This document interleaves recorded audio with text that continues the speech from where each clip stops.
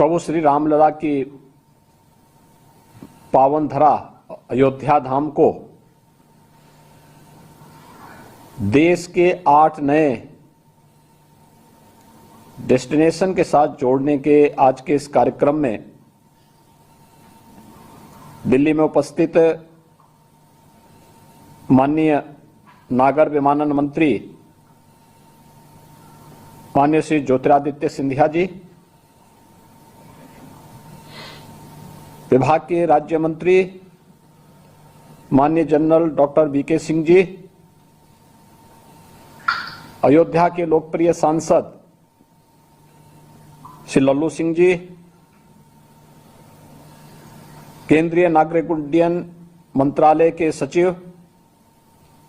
और विभाग के अन्य अधिकारीगण, managing director and chairman spice jet limited से अजय सिंह जी,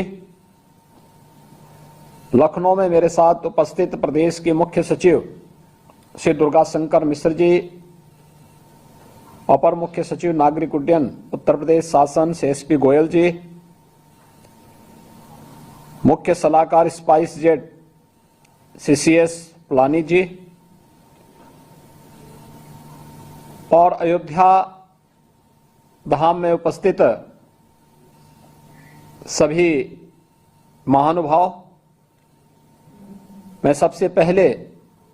माननीय प्रधानमंत्री जी को, केंद्रीय नागरिक उड्डयन मंत्री माननीय श्री ज्योतिरादित्य सिंधिया जी और जनरल वीके सिंह जी को हृदय से आभार व्यक्त करता हूं, जिन्होंने उत्तर प्रदेश में एयर कनेक्टिविटी को बेहतर बनाने के लिए अपना पूरा ध्यान दिया और उत्तर प्रदेश जिसके कारण आज देश के अंदर एक तेजी के साथ उभरती हुई अर्थव्यवस्था के रूप में स्थापित हुआ है। मेरे लिए आज का दिन इसलिए भी महत्वपूर्ण है, उत्तर को दक्षिण से, पूरब से, पश्चिम से जोड़ने के लिए 8 ऐसी फ्लाइट का शुभारंभ होने जा रहा है। दिल्ली अयोध्या के बीच में, चेन्नई अयोध्या के बीच में, अहमदाबाद अयोध्या के बीच में, जयपुर अयोध्या, अयोध्या पटना, अयोध्या दरभंगा और अयोध्या मुंबई तथा अयोध्या बेंगलुरु के बीच में, जिन्हें स्पाइस जेट प्रारंभ करने जा रहा है। इससे पहले दिल्ली, अहमदाबाद, मुंबई, कोलकाता, बेंगलुरु के लिए अयोध्या से वायु सेवा प्रारंभ हो चुकी है, जो सफलतापूर्वक संचालित हो रही है। 30 दिसंबर 2023 को आदरणीय प्रधानमंत्री जी ने अयोध्या धाम के इस नए एयरपोर्ट का, इंटरनेशनल एयरपोर्ट का उद्घाटन किया था। अभी 1 माह ही हुआ है, लेकिन इस 1 माह के दौरान अयोध्या की कनेक्टिविटी देश के इतने महत्वपूर्ण नगरों के साथ होना, यह अयोध्या की बेहतर भविष्य और आने वाले समय में अयोध्या के अंदर टूरिज्म में क्या स्कोप है, इन संभावनाओं की ओर हम सबका ध्यान आकर्षित करता है। अयोध्या देश की आस्था का प्रतीक है। जन भावनाएं अयोध्या के साथ जुड़ी हुई हैं, प्रभु श्री रामलला के साथ जुड़ी हुई हैं। और अयोध्या की इस उपलब्धि के लिए मैं वहां के माननीय सांसद श्री लल्लू सिंह जी को, अयोध्या वासियों को, वहां के सभी माननीय जनप्रतिनिधियों को हृदय से मैं बधाई देता हूं कि उनकी जो एक अभिलाषा थी कि अयोध्या का भी विकास होना चाहिए, आज जो सपना उनका साकार हो रहा है, तो उनको स्वयं भी अंतःकरण से प्रसन्नता की अनुभूति हो रही होगी। वास्तव में अयोध्या इसका हकदार था, लेकिन किन्हीं कारणों से अयोध्या की उपेक्षा हुई। आज से 10 वर्ष पहले कोई सोचता भी नहीं था कि अयोध्या में भी कोई इंटरनेशनल एयरपोर्ट होगा।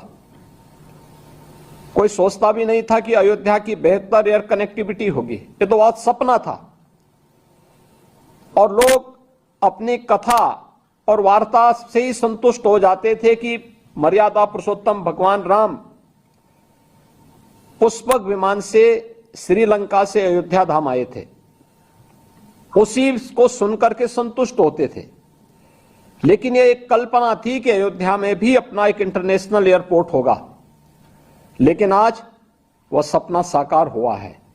और सचमुच यह किसी सपने को साकार होने, स्वर्णिम रूप से साकार होने का अपने आप में एक उदाहरण है। क्योंकि अयोध्या के बारे में लोगों को कभी सपना ही नहीं था कि भाई वहां अयोध्या में इतना बेहतर 4 लेन की सड़कें होंगी, रेलवे की दोहरीकरण के साथ अत्याधुनिक सुविधाओं से युक्त रेलवे स्टेशन होगा, और 5 सदी पूर्व जो एक कलंक अयोध्या पे लगाने का प्रयास हुआ था, उससे मुक्त होकर के प्रभु राम के भव्य मंदिर में रामलला फिर से विराजमान होंगे। इस सपने को साकार होते हुए देख करके आज पूरी दुनिया प्रफुल्लित है। 22 जनवरी का कार्यक्रम केवल एक कार्यक्रम मात्र नहीं है, प्रभु तो सर्वव्यापी हैं, लेकिन ये वास्तव में भारत के गौरव की पुनर्प्रतिष्ठा का कार्यक्रम संपन्न हुआ है। भारत के हर नागरिक के चेहरे पर जो तेज है, जो उत्साह है, जो उमंग है, वह एक नए भारत की तस्वीर को प्रस्तुत करता है, जो 2047 तक भारत को दुनिया के एक विकसित देश के रूप में स्थापित करने के प्रधानमंत्री जी के संकल्प को पूरा करेगा। और मेरे लिए आस्था के साथ साथ उत्तर प्रदेश के अंदर एक ऐसे उत्तर प्रदेश को देश की आबादी के ग्रोथ इंजन के रूप में अपनी भूमिका का निर्वहन कर पाए, उस देश से अयोध्या का विकास बहुत महत्वपूर्ण है। मैंने देखा है पिछले 10 दिन के अंदर अयोध्या में 25 लाख से अधिक श्रद्धालुओं ने अब तक प्रभु रामलला के दर्शन किए हैं। एक अद्भुत स्थिति है, अलौकिक है, लोगों के लिए कौतूहल और आश्चर्य का विषय बना हुआ है। और यह तब है जब अभी तक सरकार ने बहुत सारी चीजों को रोक करके वहां पर हम लोग श्रद्धालुओं को आने दे रहे हैं, जिससे कहीं भी कोई दिक्कत न हो। तो प्रधानमंत्री जी का विजन था कि वहां का इंफ्रास्ट्रक्चर आज इस लायक है कि हम एक साथ अयोध्या धाम में 50 से लेकर के 1 करोड़ तक पर्यटक और श्रद्धालुओं को समाहित करने की सामर्थ्य वहां पे आज अयोध्या रखती है। और हम लोग रामनवमी को इसी प्लान को बना करके चल भी रहे हैं। लेकिन एयर कनेक्टिविटी में जो बेहतर कदम उठाया गया है, सचमुच यह प्रधानमंत्री जी के विजन को माननीय श्री ज्योतिरादित्य सिंधिया जी ने, जनरल वीके सिंह जी ने जमीनी धरातल पर उतारने का कार्य किया है। आज उसकी परिणति है कि अयोध्या में तेजी के साथ वायु सेवा का विकास हुआ है, और 5 जगहों पर पहले से ही जुड़ी हुई थी, लेकिन आज 8 नई वायु सेवा को प्रारंभ करने का जो कार्य प्रारंभ हो रहा है, जिसमें 7 आज सेवाएं आज होंगी, 1 कल से शुरू होंगी। मैं इसके लिए स्पाइस जेट के चेयरमैन एंड सीएमडी से अजय सिंह जी को विशेष रूप से हृदय से धन्यवाद दूंगा कि उन्होंने अयोध्या को इतनी प्राथमिकता दी है। और मेरा उनसे इस बारे में जरूर अनुरोध होगा कि अयोध्या की सेवाएं हमारे लिए अभिनंदनीय हैं, ये स्वागत योग्य हैं, लेकिन उत्तर प्रदेश के अन्य क्षेत्रों की भी सेवाओं को इसी प्रकार से मजबूत बनाने में स्पाइस जेट लिमिटेड को योगदान देना होगा। क्योंकि उत्तर प्रदेश एक संभावना वाला प्रदेश है, और उत्तर प्रदेश में जितनी सेवाएं आप दे पाएंगे, आपकी हर फ्लाइट पूरी होकर के जाएगी, इसमें कोई संदेह नहीं होना चाहिए। मैं भी देख रहा था, मुंबई के लिए, दरभंगा के लिए, आज की जो आपके पटना के लिए, यानी मुंबई के लिए जो आपकी फ्लाइट है या जयपुर के लिए या अहमदाबाद के लिए या दिल्ली के लिए, ये सभी पूरी भरी हुई है। और मैं आपको इस बात के लिए कह सकता हूं कि उत्तर प्रदेश के अंदर अयोध्या के साथ साथ हर एयरपोर्ट से आपको इसी प्रकार से पूरी फ्लाइट भरी हुई दिखाई देगी,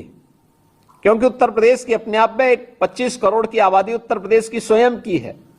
और उत्तर प्रदेश के हर एयरपोर्ट वाले क्षेत्र में आपको डोमेस्टिक और इंटरनेशनल दोनों प्रकार के टूरिस्ट भी मिलेंगे और निवेशक भी मिलेंगे, जो अपने बेहतरीन गंतव्य तक पहुंचने के लिए वायु सेवा का उपयोग करना चाहते हैं। और राज्य सरकार इस मामले में अपना भरपूर सहयोग करेगी। मैं एक बार फिर से अजय सिंह जी को और उनकी पूरी टीम को 8 सेवाएं अयोध्या धाम से एक साथ प्रारंभ करने के लिए हृदय से धन्यवाद देता हूं। लल्लू सिंह जी को, जो वहां के माननीय सांसद हैं और जिन्होंने कभी सपने में भी नहीं सोचा होगा कि अयोध्या से इतनी फ्लाइट चलेंगे,